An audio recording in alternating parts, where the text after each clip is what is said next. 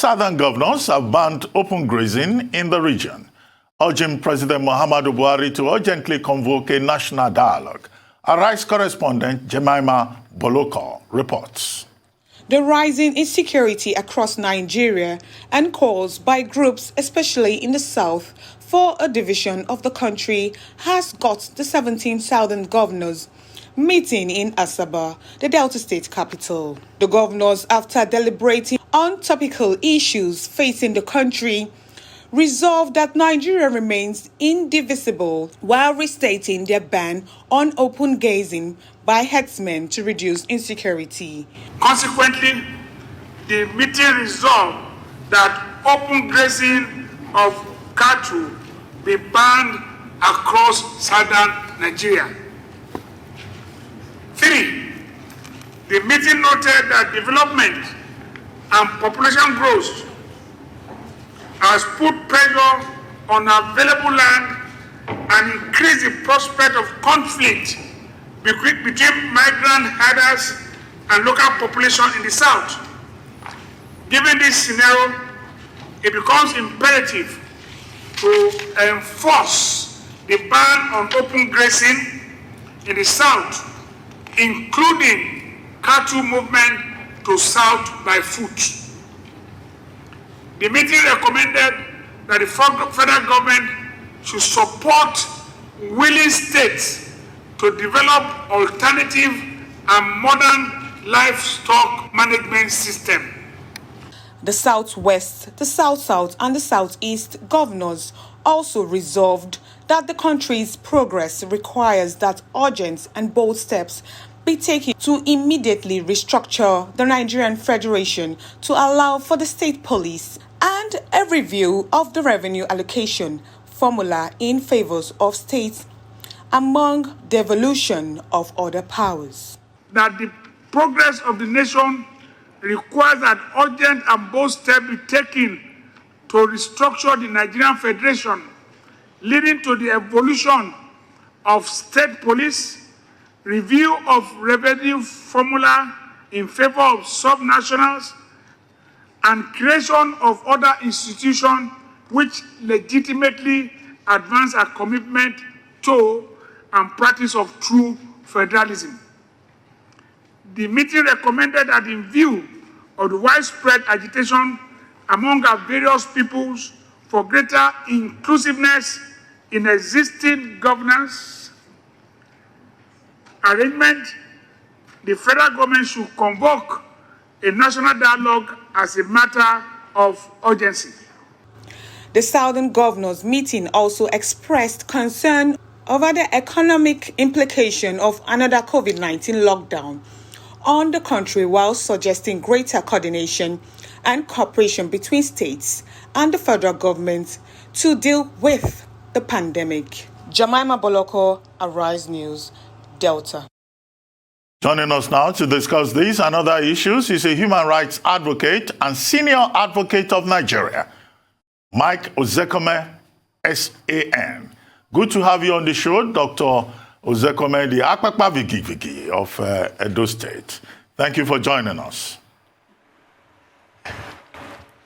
Thank you very much, Dr. Ruben Abati, of Edo Land. Edo Land comprises of Edo State, up to parts of Ondo, up to parts of Ughelil side, up to Onitsha, up to Eko, up to Republic of Benin. Okay, I stand corrected. So I'm the generalissimo of the whole of those areas. Yes. I like that statement. Anyway, Dr. Mike Ozekohome, thank you very much for joining us. Very quickly, what do you make of the Asaba declaration on May 12, Tuesday, by the 17 governors of the southern part of Nigeria? It was May 12, and they came up with a communique with 12 declarations on a number of issues. Let's start from that point before we begin to look at the issues one after the other. That Asaba declaration, in a write-up I have just done, which I will post out later in the day, I have termed it the Asaba Accord Concordia. Accord Concordia. It reminds me of the Aburi Declaration, which was meant in Ghana, in Aburi, Ghana, by General Yakubu Gowon and Odumegwu Ojukwu, General Colonel Odumegwu Ojukwu, to say it is historical that it was failure to abide by that Aburi Declaration that Nigeria finally slided into a bloody 3-year civil war that ended in January 1970, after the federal government had wrongly diagnosed that the entire civil war will end within a few days through a bicycle operation from the Nsukka flank axis. That Asaba Declaration is the best thing to have happened to Nigeria in this state of confusion, in this state of insecurity, in this state of fear, in this state of fear, fear of death, fear of fear, fear of the unknown, in this state of Nigeria being turned into a swath of crimson blood, oozing and crying to high heavens for redemption. I doff my hat for the governors. I salute them for their courage, their uncommon sense of patriotism, because these are governors from different states, from different backgrounds. Their Nyomas were there, through Okowa, representing Delta. The Ikweres were there, through Wike, representing Rivers State. The Yorubas were there, being represented by Akeredolu, who is even the governor, the chairman of the Southwest Governors Forum. He even read the communique. I saw people like Dr. Ifeanyi Ugwanyi. They were all there. People like Governor Sanwo-Olu of Lagos State. They were there. Oyatola of Osun State. They were there. The Okowa himself, who hosted. Emmanuel Udom. They were all there to try to salvage Nigeria from the precipice, from disintegration, from implosion, from self-immolation. I therefore thank them. I salute them. I salute their courage in forgetting that they are either APC or PDP, in forgetting that they were either Christians or Muslims or animists, in forgetting that they were either Igbos or Yorubas or minorities. God will bless them. They will be recorded in history. They will enter the pantheon of great historical figures of having done the needful to save Nigeria from ourselves. Well, that is my first intervention. Well, Dr. Ozekohome, there have been reactions from the northern part of the country, from groups, interested groups from the north, from the Miyetti Allah to the Arewa Consultative Forum, to key figures in the north, like Senator Ali Ndume and others, and also from the leadership of the National Assembly. And one key point that has come out of those reactions is that, one, what is being recommended, the ban on open grazing by the southern governors, who seem to amount to a violation of the Constitution, Section 41 thereof. Now, one other commentator said it's a violation of the Land Use Act. How? Well, I also do not understand how. And also, the point has also been made that southern governors cannot take decisions on issues of national interest on their own, unilaterally, in a hotel, without consulting governors of the North. What do you think of these reactions? Is there anything illegal and unconstitutional about the call for the ban on open grazing? Does that violate Section 41 of the Constitution or Section 1 of the Land Use Act? Excuse me. I laugh, nay, guffaw at these criticisms. I think these people always feel that we are like the Bourbons of European history that learned nothing and forgot nothing. To the extent that even after the Treaty of Versailles in France in 1919 and the promulgation of the League of Nations, the Second World War still broke out between 1940 and 1945, leading to human misery and death of people in two Japanese twin cities of Hiroshima and Nagasaki through the atomic bomb. They always think that we suffer from collective amnesia. It is not true. Some of us still have brains. Even if you have castrated most Nigerians, some of them still have balls. I have balls. We can still talk. You can silence us. On the 9th of February this year, the northern governors, and listen to this, the northern governors met through virtual meeting. They were the first to throw in the bombshell that open cattle grazing or night grazing and using underage people was no longer the norm of the world, that we were leaving behind times, that they should now begin to look at the issue of ranching, and that from now onwards, they were all determined to ensure that they stop cattle grazing, open cattle grazing, and trekking of Fulanis on the streets of Nigeria. They took that decision. Based on that decision of the Northern Governors Conference or body, 2 days later, on the 11th of February, the entire Nigerian Governors Forum met virtually and agreed with the Northern Governors Forum, who had actually called on the entire Governors Forum to do something, agreed with them that it was high time that open cattle grazing be stopped immediately. And these decisions were subscribed to by all and sundry.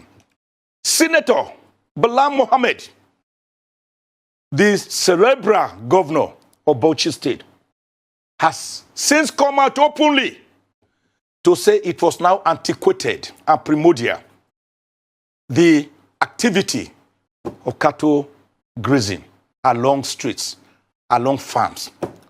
Governor Ganduje, Umar Ganduje of Kano State, has since come out openly to say open cattle grazing was no longer in currency and that they should all abolish it. So when I heard these critics, some of these historical revisionists, some of these whippers snappers, some of these turncoats, lying to all Nigerians that it was the Southern governors that first made that call, my heart bled and I felt sorry for this country. How can you say the Southern governors should first have consulted you before making declaration to take care of security in their states? When the Constitution, Section 47, Section 52, Section 14.2, Section 176.6, Section 11.2, 1 and 2, have, in fact, Sections 214, 215, and 216 of the Constitution of Nigeria of 1999 have put the burden on state governors as the chief security officers of their states and their houses of assembly can make laws for the peace, order, and good government of their countries, of their states. How can these so-called critics say that they ought to have been consulted? Did they consult the Southern governors when as far back as 1999/2000, they were enacting the Sharia laws laws with which they were cutting off arms of citizens in spite of public uproar and international condemnation. I remember the case of Jangebe, whose arm was amputated over an illicit affair with a woman. Did they consult the southern governors? I didn't hear them consult the southern governors when they were enacting laws governing Hisbah. I didn't hear them. So how come they always see the relationship in Nigeria between some of them and others as one of master-servant relationship or king and vassal? How come these people fail to realize that Professor Onigu Otite, in his demographic survey of Nigeria, discovered that there are 374 ethnic groups in Nigeria, and the Fulanis constitute only one of 374 ethnic groups? How come they have not realized that going by the words of one Saleh, who said he was speaking for Miyetti Allah? I didn't know that Miyetti Allah can even become the spokesperson for a proud race like the Fulanis of Uthman Danfodio. I heard him say that the Fulanis in Nigeria are 17 million people, and that they are free, they are ready to leave Nigeria. All because others are telling them, don't kill us in our homes, don't rape our wives and our children in our farms, don't kill us, don't murder us on the streets. That is the offense. He said you are 17 million. Fine. If you are 17 million, one of 374 ethnic groups in Nigeria, Nigeria's population by July 1, according to United Nations projection, is 210.6 million people. If you are not a good mathematician, but something tells me that if you look at 17 million Fulanis and 210.6 million people, it will be in the region of 8%, meaning that the Fulanis in Nigeria are nothing more than 8% of the entire population. How dare you now want to lord it over everybody, what you call tyranny of the minority, because you possess the arms, because you are egged on, you are encouraged by a president who is one of you, all of whose appointments, 98% of his appointments, particularly in the security architecture of Nigeria, are from his own ethnic group, the Hausas, and his own religion, Islam. That is why Nigeria suffers and bleeds asphyxiatingly from prebendalism, nepotism, cronyism. We are bleeding from sectionalism. We are bleeding from favoritism. We are bleeding from cluelessness, from opaqueness. How dare they say that? How dare they say the governors do not have a right on issues of security in their areas? Dr. Ruben, I've heard many people talk about individual rights that you also mentioned. I agree with you. We are all entitled to individual rights, freedom of movement, freedom of association. This right has even also been recognized by the African Charter on Human and People's Rights. It has also been recognized by the Universal Declaration of Human Rights and by the European Covenant on Human Rights. I agree.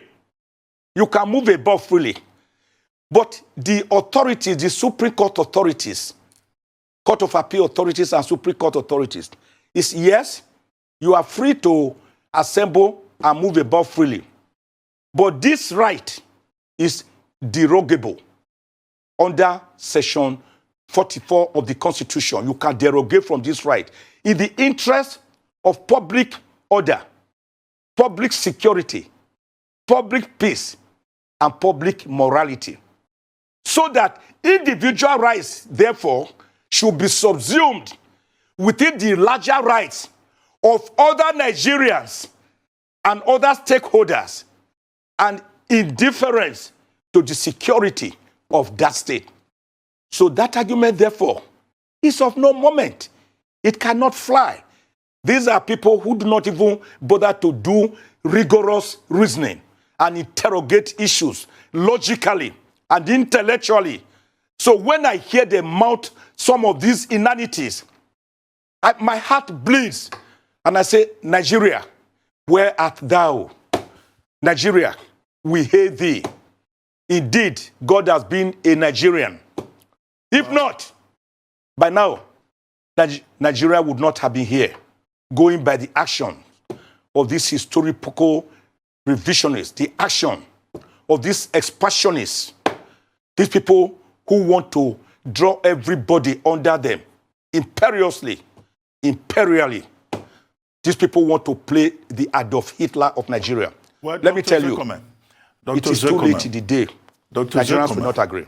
Beyond the ban on open grazing, one of the issues that the 17 governors talked about was also the need for the federal government of Nigeria to convoke a national dialogue. And I thought I saw a comment from you saying that, no, nobody should talk about a national dialogue. Are you opposed to dialogue? Let me tell you, my talk on that issue was misrepresented by the headline. It was when I delivered the annual bar lecture at Oka, the 25th annual bar lecture at Oka on Thursday. I made this statement, but not from that context. I said, and let me now reiterate it for all viewers to hear me, and I always want to be recorded in history, so that if for any reason at any point in time I contradict myself, my attention should be drawn to it. And if I find so, I will apologize. What I said, and which I now repeat, is that the governors meant well in asking for convocation of a national dialogue. They called it a national dialogue. Whether you call it Sovereign National Conference, National Dialogue, National Summit, National Talk Show, whatever, or workshop, the important thing is that they want Nigerians to dialogue. And all I said, which I now repeat, is that there is no need for a further national dialogue.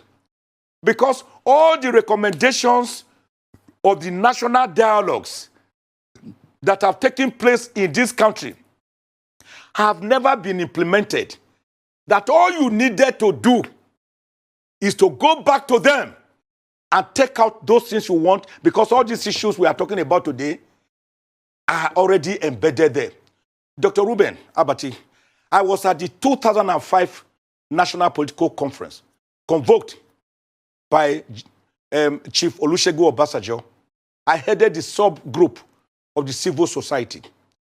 In 2009, I was at the Vision 2009, convoked by Alhaji Umaru Shehu Yaradua. God bless the soul of that great statesman who did not live long enough to actualize a better Nigeria that he had envisaged.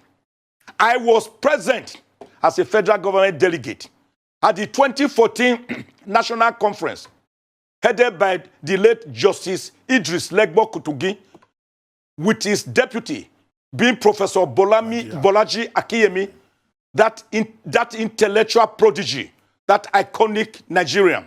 I was there. And with all humility, let me say this, not with a view to beefing up my image. The leadership of that conference pronounced me the Cicero of the 2014 National Conference. I tell you, Ruben, over 200 decisions were arrived at that conference. There were 492 members drawn from across all strata of Nigeria. We sat for about 6 months. There were times, there were cases of near pugilism, near fisticuffs, near physical fightings. There were times we had to do horse trading.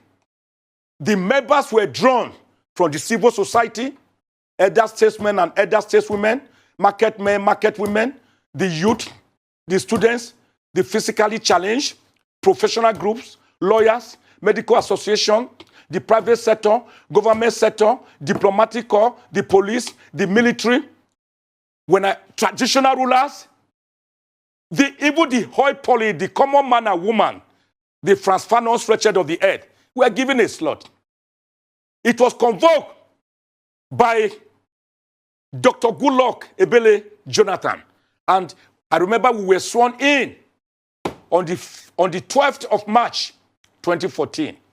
That great Nigerian, whose efforts were watered down and undermined, and we are seeing the consequences. That man who said, my ambition is not worth the blood, the drop of blood of any Nigerian. And after arriving at all the recommendations, we gave them to President Jonathan, who sent them to the National Assembly about July 2014.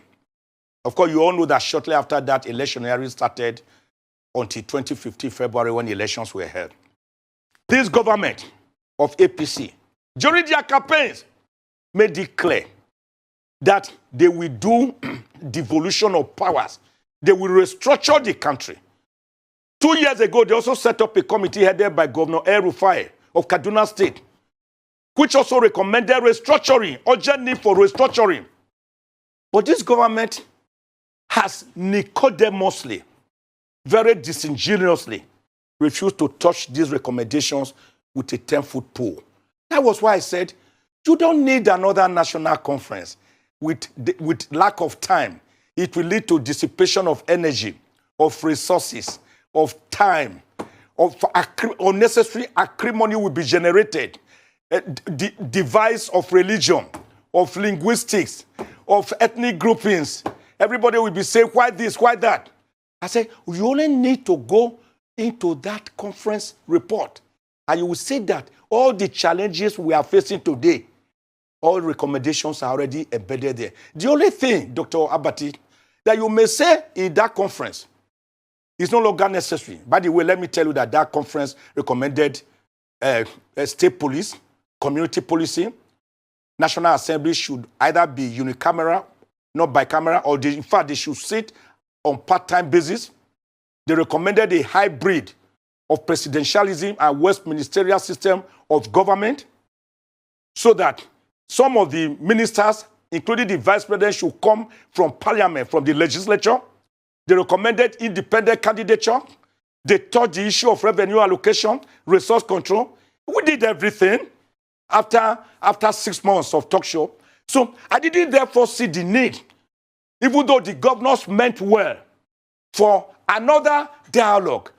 Because what they are looking for, as we always say in the common parlance, in Sokoto, is already in Sokoto, trouser. We should not pretend, as the government is doing now, to be like the Chichi Dodo bird, the Chichi Dodo. I know you are a literally giant, yes. Dr. Abati. You know about that Chichi Dodo bird. Envisaged by Professor Ayi Kweyama. God bless you. In his epic, in his nullus secundus novel, The Beautiful Ones Are Not Yet Born.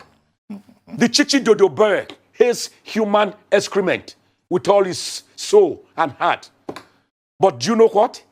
His food is maggots that wriggle out of decaying human excrement. In other words, it is like saying you do not like beans. You hate beans with all your heart. But your best food is moi and akara. It is an attempt to deny that Hamlet is the Prince of Denmark. It is an attempt to say that 6 is now different from half a dozen.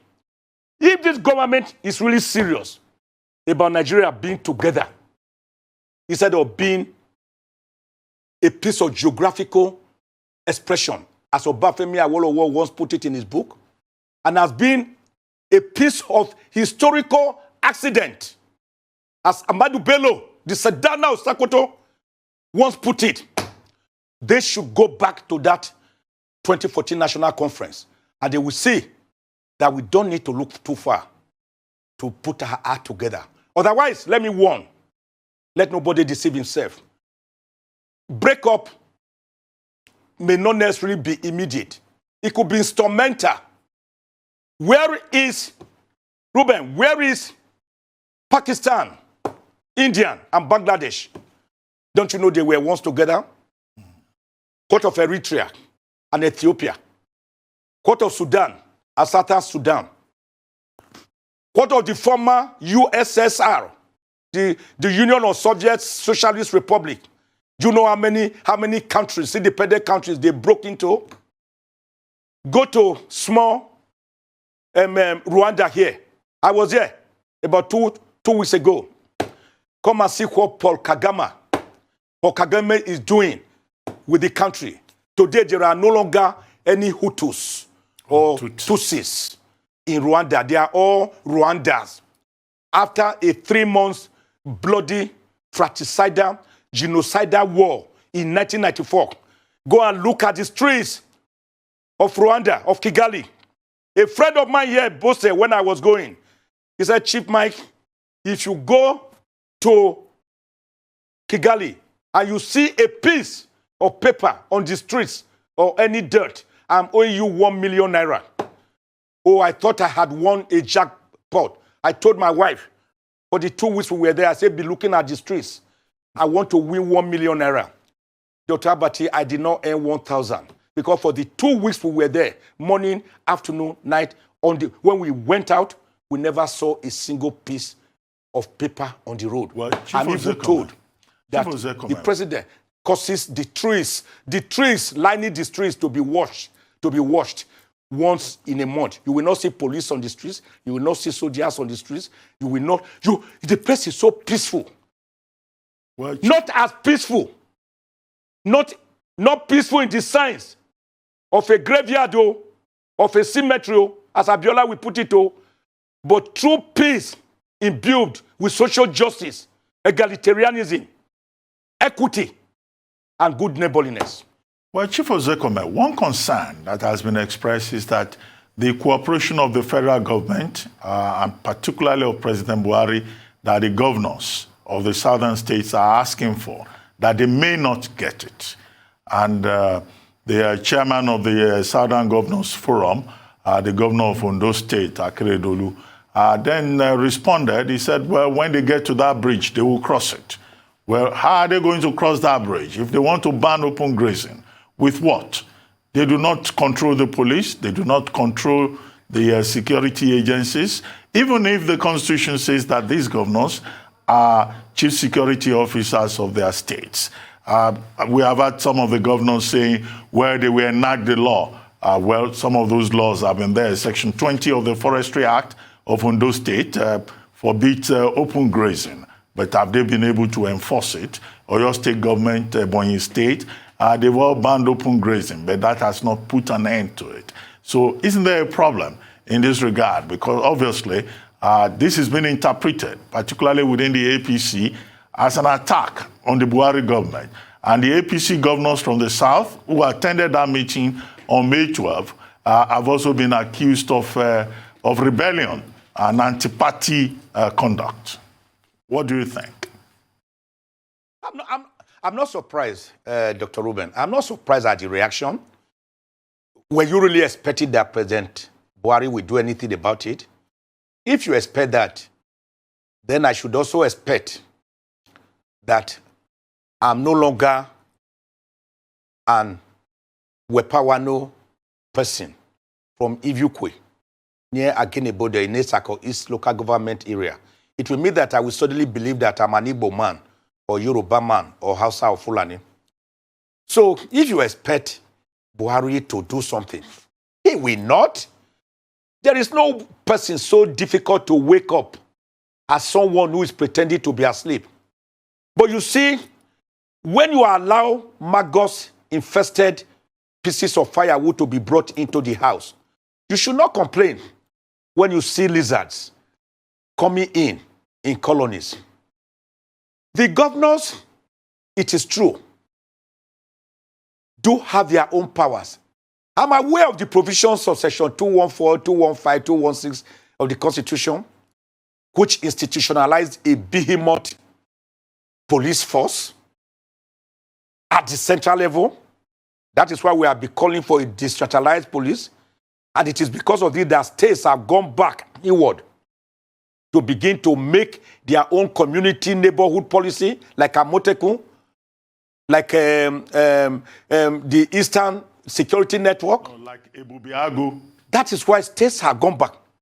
Ebubeagu. That is why states have gone back. Now, let me now tell you, the states do not need the federal government's nod to be able to enhance security in their zones. Nigeria operates a federal system of government, not a unitary system of government. The 50 states in America do not require permission from President Biden for them to do things in their states. Texas and California, there are two states whose economies are bigger than that of Nigeria. In fact, Texas is even larger than Nigeria in land mass. They don't require presidential approval for them to control resources in their areas. No. The states rightly have the power under Section 4, 7, Section 5, 2, Section 11, 1 and 2, Section 14, 2A and B, Section 176, 7. They have the powers to promulgate laws, to enact laws in their various states to halt the menace. Bayelsa has already enacted such a law. Ebonyi State has done that. I'm aware that Osun State has done that. I'm aware that Oyo State has done that.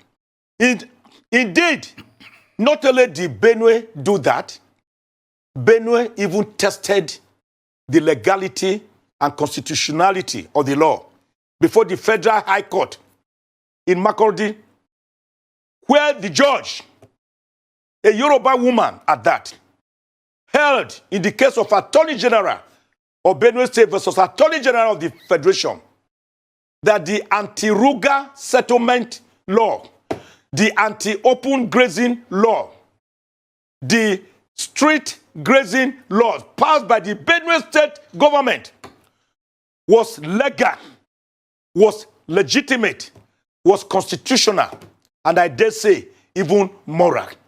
All that the governors have to do, those who have not promulgated such laws, is to go back and tell the Attorney General immediately, enact such anti-open grazing laws and anti-street cow herding laws in our state, and then they can enforce it. If the federal government refuses to lend them, the national police, because the Inspector General of Police is one of their own, the Minister of Police Affairs is one of their own, the President of Nigeria is one of their own, the Chief of Staff of the Army is one of their own, the Chief of Staff to the President is one of their own, the Attorney General of the Federation is one of their own, the Secretary to the Government of the Federation is one of their own, the Comptroller General of Customs, of Civil Correctional, of the Correctional Center, even of Civil Defense, even of Fire Service, even of Immigration are their own.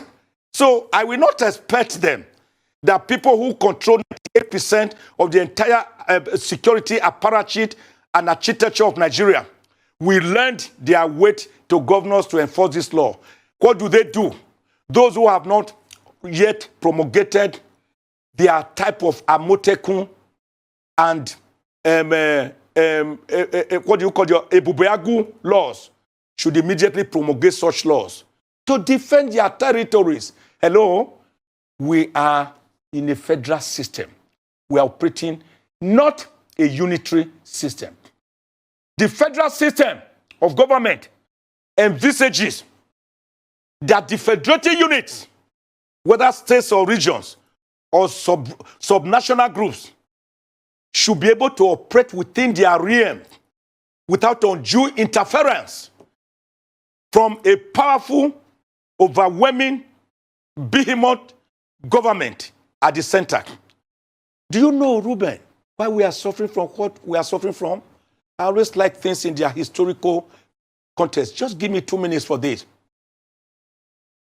Nigeria was already a country of different nationalities and different nations. You had the Oyo Empire.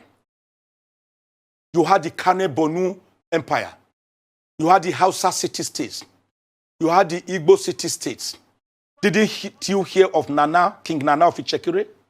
Didn't you hear of King Kosoko? Didn't you hear of Oba Oborami Nogbaisi? The man who in 1897 put away the British invaders, which led to the British punitive expedition in 1897. Didn't you hear of Jaja of Opobo? Haven't you read about Madame Moremi? Did you hear of Queen Idia, Queen Amina? Did you hear of the Oyo Empire and the Oyo Mercy and the system of government in Benin Kingdom, to the extent that during Eware the Great, the British wrote that when they came to Benin, they saw a system of government. They saw a city-state with streets already lined with trees and street lights. Have you not read that? Did you know that the mistake we are still suffering from today was the original sin in dealing with all these people, in coupling people together who were already set in their ways, who necessarily did not agree, by Lord Lugard on the 1st of January 1914, that man who married Miss Flora Louisa Shaw, the young British journalist, who on the 8th of January 1897 had written an article in the London Economic Times, giving us our name, Nigeria, Niger area, an area named after the river Niger, because she felt that a name like the British, the Royal Niger Company territories, which Nigeria was there being called, after being sold to the British for £864,000, that the name was too long for a country. Instead of that, we needed a shorter name. That was how she arrived at Nigeria, that Niger area. But Chief Ozekohome, that 1914 mistake is still haunting us. And we need to get over it by answering the national question. Where are we coming from? Where are we? And where do we want to go from here? Chief Ozekohome, yes. I get your point about the mistake of 1914 and the national question that needs to be resolved. But the Nigerian state has consistently said, and it's also in the constitution, that the unity of Nigeria is non-negotiable and that Nigeria is an indissoluble, inviolable system. What do you say to that? Because what it means is that if you want to renegotiate that mistake of 1914, as many people refer to it, the Nigerian state is not going to allow that to happen. That is the mistake we are continuously making. And for as long as that mistake continues to linger, without us trying to treat leprosy with drugs meant for leprosy, but attempting to treat it with mere palliative drug meant for eczema, for so long are we going to suffer it. Ruben, that stance is fake. That stance cannot fly. If a tree in your compound is breaking your walls, what do? Do you chop off the branches? If you merely chop off the branches, they will grow back and the roots will continue to destroy your walls more. And the patches you have given to the wall will open up more into chaos and gullies. What do? You go to the taproot of the tree and exhume it and cut it off. Then the tree will stop growing and then you will have peace. So, Nigeria, don't them not be saying that. Nigeria is dissoluble, is divisible. That is the lie they told us in the present preamble to the 1999 Constitution, which was made and imposed on Nigerians by the 28 members of the Provisional Ruling Council, headed by General Abdulsalami Abubakar. That was a constitution which is actually Decree number 24 of 1999, under which elections were held. And the president sworn in even before Nigerians saw the constitution. Do you not know that the method by which a constitution comes into being, the process, is even more important than the contents of a constitution? A constitution to be legitimate must be autochthonous. It must be homegrown. It must derive directly from the people.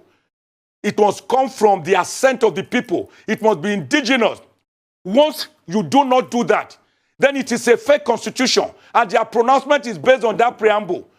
Didn't you know that we have gone through this birth pangs? The 1922 Clifford Constitution, the 1946 Arthur Richards Constitution, the 1951 McPherson Constitution, the 1954 Little 2 Constitution, the 1960 Independence Constitution, the 1963 Republican Constitution, the 1979 Obasanjo Military Constitution, the 1989 unused IBB Constitution, the 1995 unused Abacha Constitution, then the present Constitution, which is actually a decree, number 24. No matter how you amend this Constitution, I see them amending. Amendments plus amendments times amendments will still come to zero because the Constitution is not indigenous, it's not autonomous. So the people have not bought into it. A Constitution must be owned by the people. That was why on the 10th of August, 1963, the Midwest region, through a popular plebiscite, were able to leave Western region, and they owned their constitution. Then the Western region owned their constitution. The Northern region owned their constitution. The Eastern region owned their constitution. But there was a constitution at the center, which was overridden to the extent that any provision of a regional constitution that was inconsistent with that at the center, then that provision at the center would prevail. That was true democracy that we operated in Nigeria up to and including 15th of January,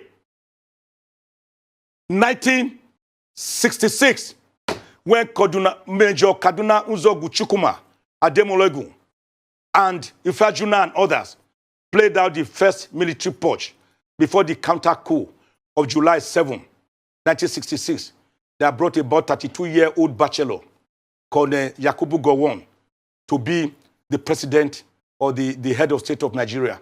Today at 32, he was just 32. Today at 32, Nigerians are still struggling to pass through the university, which when they finish, they will not get jobs. Dr. Machiumbu was Minister of Foreign Affairs at the age of 24, 25. King Alfred Jete Spiff was governor of the then River State at the age of a mere 27. Dr. Samuel Ogbemudia was governor at the age of less than 30. If you do not prospectively look at these issues and solve them by looking at the past to get solutions, we are only postponing the evil day. Let me be like Nostradamus, the man who saw tomorrow, today, to say that Nigeria cannot afford to play with its unity, its so-called indissolubility, and its so-called indivisibility. It is a deadly game of musical chairs, a deadly game of alawada, keri-keri, histrionics. It is a lie in itself. It is an invitation to chaos and anarchy. It is a lie from the pit of hell. It cannot sustain us. What can sustain us is restructuring, what we call true fiscal federalism. True fiscal federalism. Let every state produce what it can consume and consume what it produces. Let us not act with Professor Claude Ake's economic theory of a disarticulate economy where we produce what we do not consume and consume what we do not produce. Let Nigerians know that up to that January 15, 1966, the Northern region could control their resources of the famous Kano Granite Pyramid, high sand skin, cotton, through Amadou Bello, the Sadana of Sokoto, with which he set up the Northern Nigerian Development Corporation. Let them know that Awolowo controlled cocoa in Western region. Let them know that Dr. Akanu Ibiam, Azikiwe, and Dr. Michael Okpala controlled the Eastern Nigeria palm produce. Within they developed their regions. Dr. Ozekohome, we have less than 2 minutes to go. Abati, yes. Today, Nigerians, all the commissioners for finance go to Abuja at the end of every month under Section 162 of the Constitution to go and take handouts. Well, Dr. Ozekohome, we have just about 2 minutes to go. Very quickly, what are your worst fears about the future? Some Nigerians are even saying that as we move towards 2023, with the security situation in the country today, that 2023 general election may not even take place. What's your take on that? Very briefly, 1 minute, in 1 minute, if you can manage that. Very quickly, I'm afraid and I'm scared for Nigeria as regards 2023 because Nigerians do not practice democracy, they practice elections. After every 4 years, the governors and the president use maybe 1 year or 10 months to work, and the remaining 3 years are devoted to campaigns and electionary matters. Are you not aware that governors have started campaigning more than 1 year ago? We are not practicing. We are not practicing democracy. We are practicing elections. We are practicing campaigns. We are practicing come and chop politics, amala politics. I only wish Nigeria good luck, but I'm scared for Nigeria. But I know God has always been in Nigeria. That same God who tells us in Lamentation 3:37, who is it that speaketh, and it come to pass. If God has not commanded that same God will be there for Nigeria. God bless Nigeria. On that note, the Akpakpa Vigigi of Edoland, we want to thank you very much for joining us on this Live, the Sunday talk show today.